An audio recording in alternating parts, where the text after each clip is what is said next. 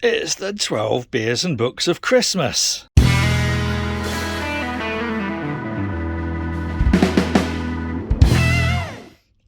Those who remember last year will probably remember what an absolute mess I made of Chris's box. There's no easy way of saying that. So this year my hand's not going to fit in there, is it? It's going to have, you know what, I'm going to have to do what I did last year and just, so what we got, oh come on.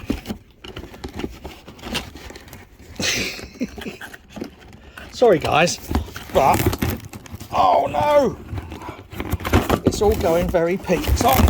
Oh Christ, sorry Chris.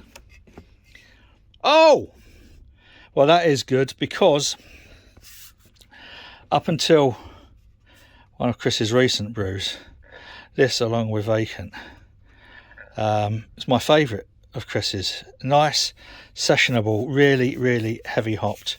So let's get that in fridge, and then we'll drink that while doing the 12th book of Christmas.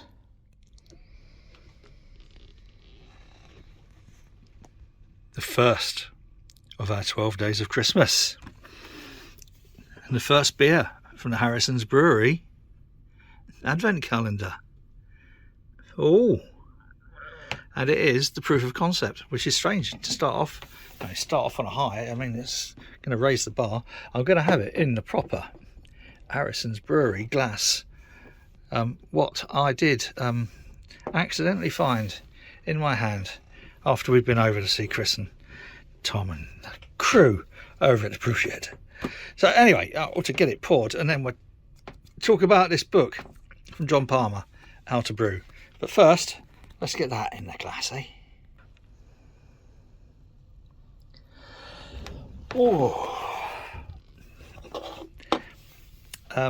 Right, so opened the calendar earlier. I popped this in the fridge.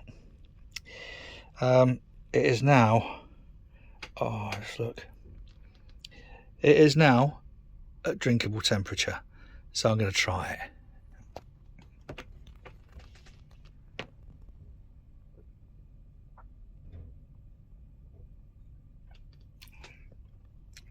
Oh, that is truly superb. So, very quickly, because I know you've got other things to do, why I think you should buy this book. The first reason I think you should buy this book, I'm just going to go through. This is going to be interesting to film this pause.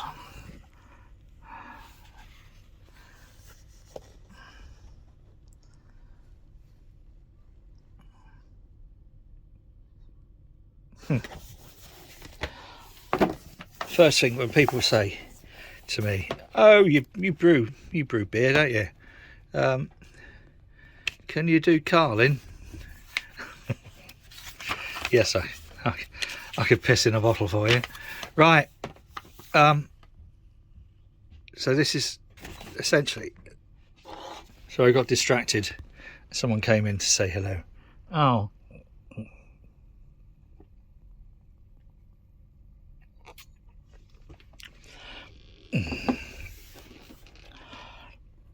Look at that, two of my favourite things. Anyway, right, what I'm going to do with this, because it speaks for itself, I'm going to scroll through, I'm going to go through the table of contents, and then you can see what you're getting for your money.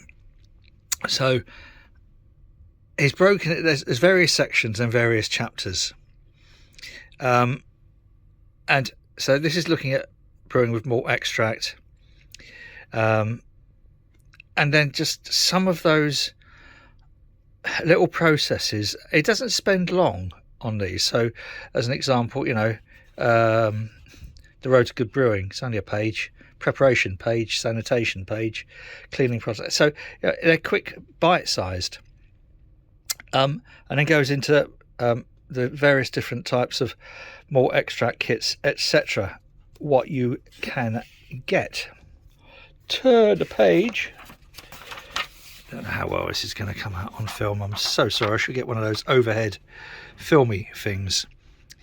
Talks about water, yes, for extract brewing, and the taste of water. Just as an aside, people don't think water's got a taste. It has got a taste, but we attune ourselves not to taste the taste so that we can taste any impurities. Does that make sense? Sorry. Starts to talk about chemistry adjustment in extract brewing, and then goes on chapter 5 about hops. And I think he was one of the first people to really sort of like go into the whole idea about different types of hops and hop use and dry hopping. Chapter 6 focuses on yeast, and again kind of tries to break down the terminology a little bit, tries to make it less intimidating.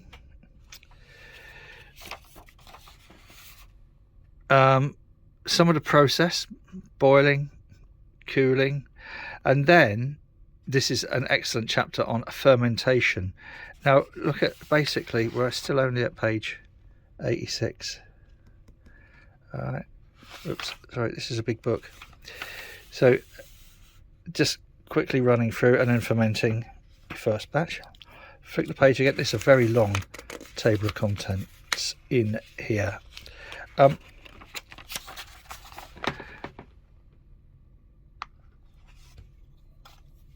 I should read that chapter again, really, because I've never really mastered brewing a lager. I have actually I need to do a video about a lager that I canned last year, because I got a can that I want to open and see what it's like. Now, brewing with extract and speciality grain. So what we would call in this country sometimes, I suppose, a partial mash, I suppose. Adding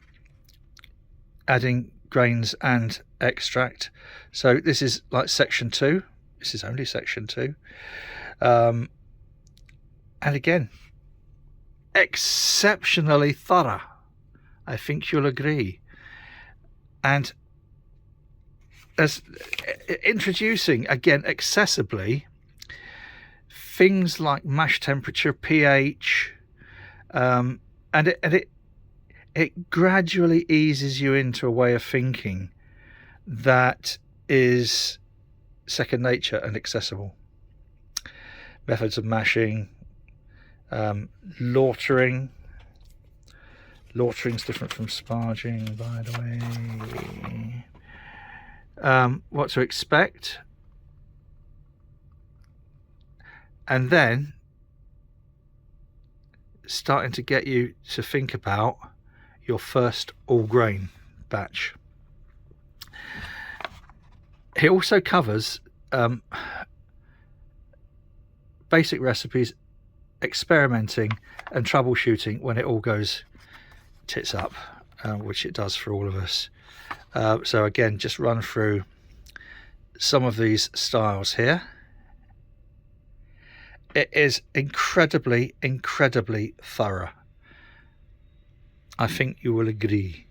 Some of the things that are missing from here are obviously things like your new heavily hopped, hop forward New England IPAs, but I cover that in another book later on. Chapter 21 is interesting. It's about how to develop your own recipes.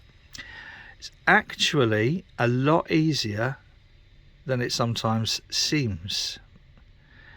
And then chapter 22, have we always been there? All of us always have been there once or twice. Me, I had to do 2 in a row.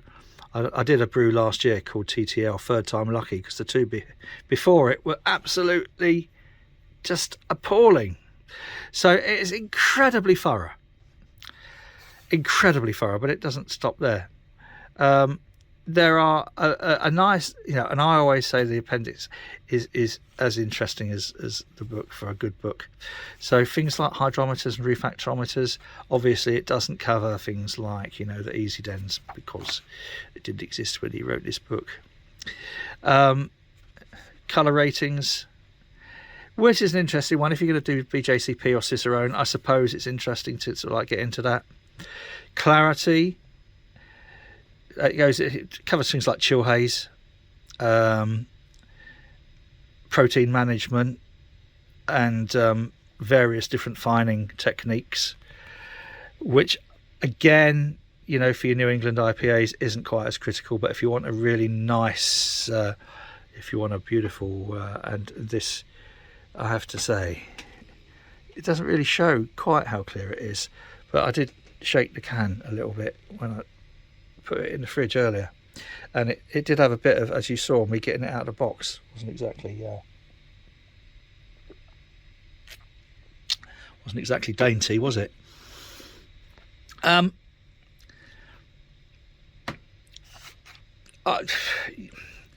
It's interesting to do things like, yeah, and it's good to have in an appendix about building your own wort chillers.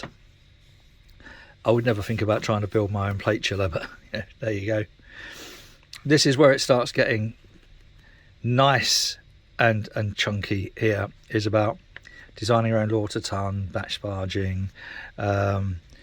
Yeah, this is and kind of a lot of this. When I first read it, I didn't really understand what he was talking about, and then going back to it later, it made a great deal more sense.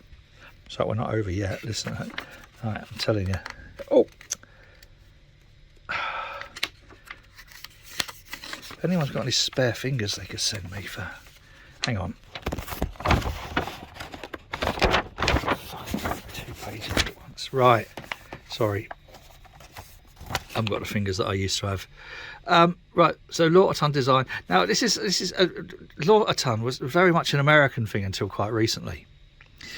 And it's only sort of fairly recently that I even started thinking about it, and you know, moving on, doing things like building an underback and stuff like that, and Valentine arm.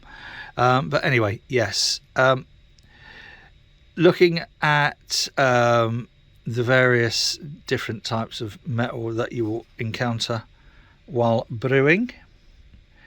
It also does some metric conversions and references. Then there is a glossary, and there's a superb index at the back. This is also a list of tips, tables, and significant figures, and this is why I think the front of the book's probably a little bit more dog-eared than anything else. So it does have, let's zoom out a little bit, it does have just about anything that you could possibly want, and it's written with a reasonable degree of sensitivity and empathy. He's not... All right, okay, one of the later books in this series about water, he does get very, very serious and scientific. But in here, this is very accessible, understandable, and generally, I'd have to say, provided you kind of overcome the Americanisms a little bit, it's one of those books that you'll occasionally find yourself just flicking into just to find either, you know, and I have various different bookmarks. I haven't quite folded the corners of the pages over because I'm not a Neanderthal. Sorry, in joke. Well, it's not even a joke, it's not funny. Never fold the corners of pages down, otherwise I shall hunt you down and break your fingers with a mallet. Right, so there we go.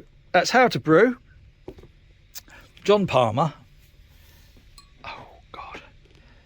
And this is the proof of concept from Harrison's Brewery.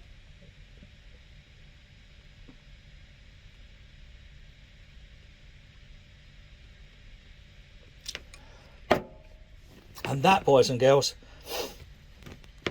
was my first beer of Christmas. Or the first beer of, you know what I mean, I know what I mean.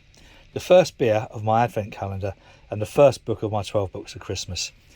I hope you found that interesting, boys and girls. Actually, we need to do a thumbnail. I don't know if is that going to work as a thumbnail?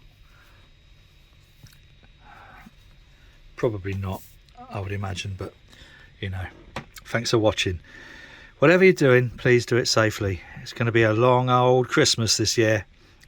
especially with me wibbling on with this sort of nonsense. If you like it, please, a thumbs up would be lovely. There's a link to how to brew below, together with all of the other books in my 12 books of Christmas and the ones that missed out. Whatever you're doing, please do it safely. And subscribe to the channel. And get your mum and your brother and your sister and your children, next door neighbour, all the people you know down the pub. Is this really quite... I feel like I'm a little bit pissed. Right, cheers.